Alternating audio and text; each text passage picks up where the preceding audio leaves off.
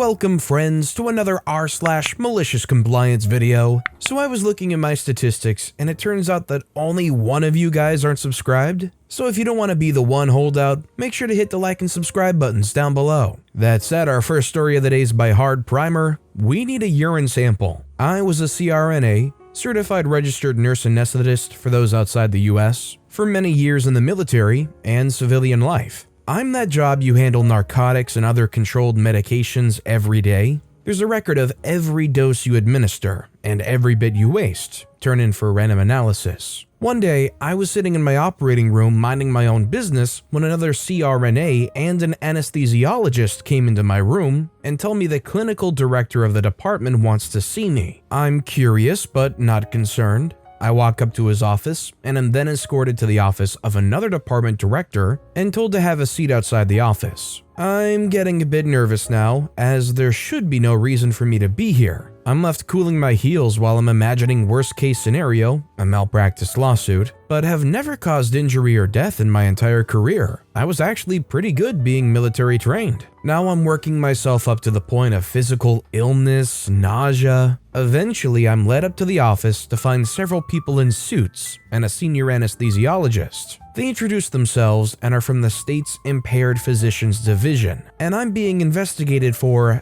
diverting controlled substances, stealing. My nausea and terror are immediately replaced by red-hot rage. I become calm and focused. Knowing you're innocent and being older and mature helps a lot. As background, I've never had to take a narcotic for anything in my life, except the Tylenol number 3 as a teenager when my wisdom teeth were pulled when I was an enlisted troop. I smoked a lot of weed back then. It was the 70s, but gave that up when I was in my early 20s as urine is randomly tested. I'm told my administration records for hydromorphone, Dilaudid, was incorrect. I'm really angry now and calmly ask, okay, now what? I'm escorted to a bathroom where I have to give a sample of urine while being watched. No problem. Back to the office. I'm asked for a hair sample. I pull my surgical cap off, showing my almost shaved head. I bicycled a lot and it was cooler. I say, we have a problem. I then, in front of the entire office, ask for the scissors.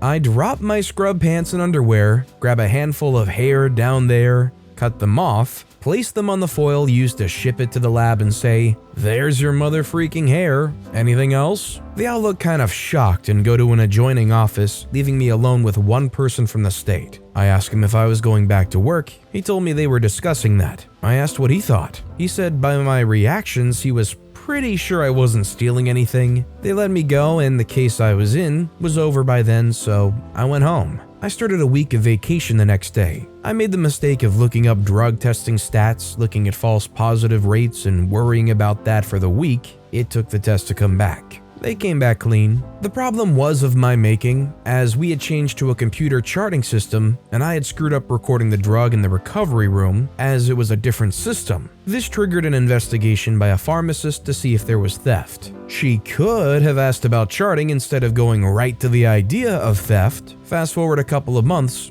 I'm asked to go to a conference room where I see the controlled substance pharmacist and all the anesthesia department heads. Since my run-in last time, I had become the most fastidious recorder in the department. The pharmacist starts off by saying my narcotic records are still not correct. I smile the smile of righteous knowing she's wrong. I ask for computer records she's holding. I look them over, hand them back and say, nope, you're reading them wrong. She wasn't looking at the post-op record where the Dilaudid is charted in the recovery room. I hand it around to the rest of the table, and every other person agrees with me. She goes pale and says, well, you also never turn in any waste, and that's an indicator of diversion. I said, I give everything I draw up. The chief of the department says, I give everything also. It's common. She's really not looking well now. I look straight at her and say, if there is another meeting like this one or the last one, I will be bringing a lawyer, and I'll be suing you personally. And trust me, I have the time and resources to do that, and I would have gladly spent the money to freak with her at that point. My profession pays a very good salary, and I would have eaten ramen every day to finance a lawsuit. Got up and left. Because I'm a vindictive, petty, passive-aggressive jerk, from that point on, I turned in waste narcotics every day. 0.1 milliliters of every syringe I drew up. The OR pharmacist has to account for all that waste, and it made his life complicated. Eventually, he complained to my boss, who told me he understands what I was doing, told me my point was demonstrated, and asked me if I would stop it. I did. Several years later, the accusing pharmacist was demoted for missing a crap load of fentanyl and never reporting it. I was hoping she had bone cancer, but I'll take that bit of karma. If you found out the reason why you had to be taken aside, having to take a urine sample and provide a hair sample on the spot, and then show up for another additional meeting, all happening because your manager just misread the reports, would you give them a piece of your mind? Or do you think you'd be able to remain professional in a situation like that? For me, I don't know, it might be kind of hard. Let me know what you think in the comments down below. Our next story is by Colin Alcars. It's too hot in here? Yesterday it was too cold? Okay. This is a story from many years ago, told to me by my friend's father over 30 years ago. My friend's father works for Sears and Roebuck for years. He held all manner of positions throughout his career, but at one point in time, his job included supervising the operators that took your phone calls when you called in orders from the Sears catalog. As I said, this is an old story. Anyway, the operator sat in a room that was contained within the actual store, right off the retail floor, separated by a short hallway and an employees-only sign door. This room held 10 or 12 women who all just took calls and recorded orders for products. My friend's dad said they would constantly complain to him that their room was too hot or too cold, often too cold in the morning and too hot in the same afternoon, etc. Further, some women would complain it was too cold, while some others at the same time would complain it was too hot. Meanwhile, the temperature of the store was centrally controlled,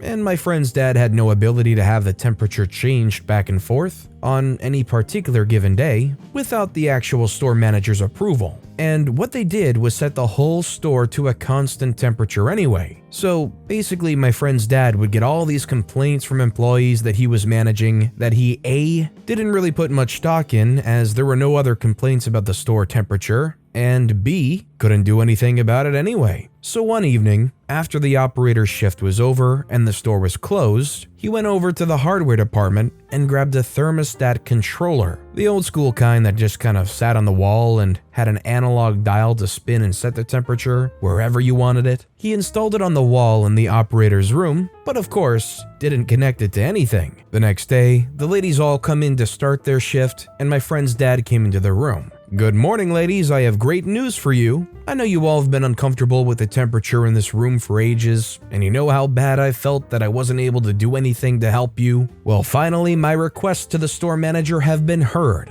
and the maintenance people connected a thermostat that specifically controls this room's temperature, and they said as long as you don't run the AC below 68 degrees or the heat above 74, you can set it yourselves." He pointed to the thermostat controller on the wall, and everyone was happy. One of them walked right over and leaned in and made it a little colder or hotter or whatever. He reminded her that it would take about 15 to 30 minutes for the temperature to stabilize after the set point was changed. From that day forward, and for the 5 years longer he worked in that department, he never heard another single complaint from them about the temperature. This isn't really the same thing, but this story reminds me a lot of stories my mom told me as a kid when she was working. She would do some customer service stuff where you have to walk around from room to room, and of course there was an employee break room. In the employee break room, there's an air conditioner, and I guess a lot of people who worked for the company came from countries that were just way hotter. So they're really used to warm climates and warm situations. So my mom was describing it would be like 80 degrees in the break room, and they would have the heat on.